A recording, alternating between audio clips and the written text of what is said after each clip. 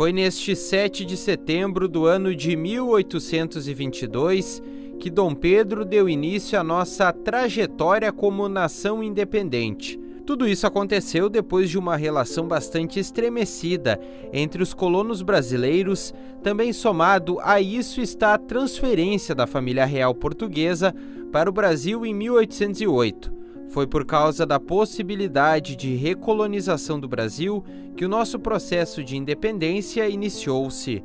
Com tudo isso acontecendo no período de 2 anos, em 7 de setembro de 1822, a situação se mostrou insustentável e o regente declarou a independência. A formação do Brasil como pátria já vinha se desenvolvendo desde o período em que a corte portuguesa veio para o Brasil, porque é conhecido, todos os historiadores concordam em dizer que o grande passo que leva o Brasil à independência foi a vinda da família real portuguesa em 1808. Depois disso, na marcha dos acontecimentos, foi inevitável o processo de independência que ocorreu em 1822. Mesmo assim, Dom Pedro I, ele nada mais é do que o principal personagem, ou a quem se atribui toda a independência. Essa independência, como tu havias dito, ela já vinha se desenvolvendo nos últimos anos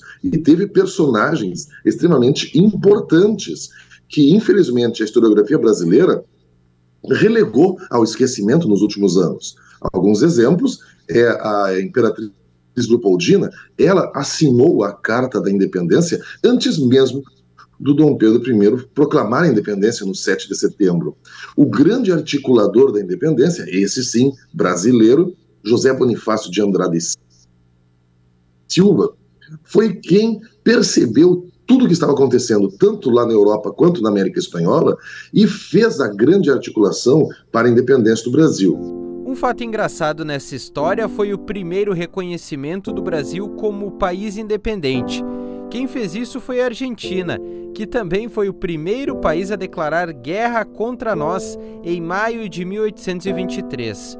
A principal motivação era o território que está entre os dois países, no caso, o Uruguai. Após 100 anos de afirmação como país, o patriotismo só foi consolidado no final da década de 20 e início de 30, no governo Getúlio Vargas. Logo após a proclamação da independência do Brasil e também a proclamação da República em 1889, alguns estados brasileiros começaram a criar a sua identidade. Por exemplo, o mito dos bandeirantes de São Paulo e Minas Gerais.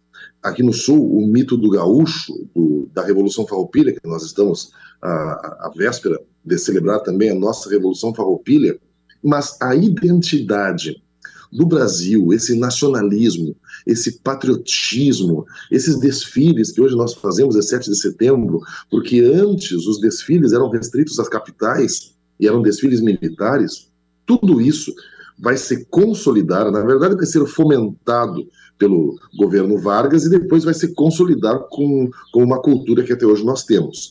Porque foi durante a era Vargas, na década de 1930, que houve, então, essa exaltação ao nacionalismo brasileiro.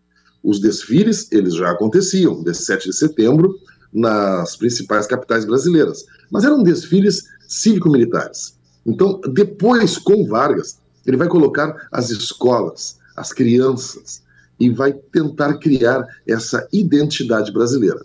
Sobre o desfile, não tem um registro claro de quando ele começou. Logo no início, era restrito para militares e ocorria apenas nas capitais do Brasil. O 7 de setembro era exaltado como festa, uma conquista de território celebrado por Dom Pedro II.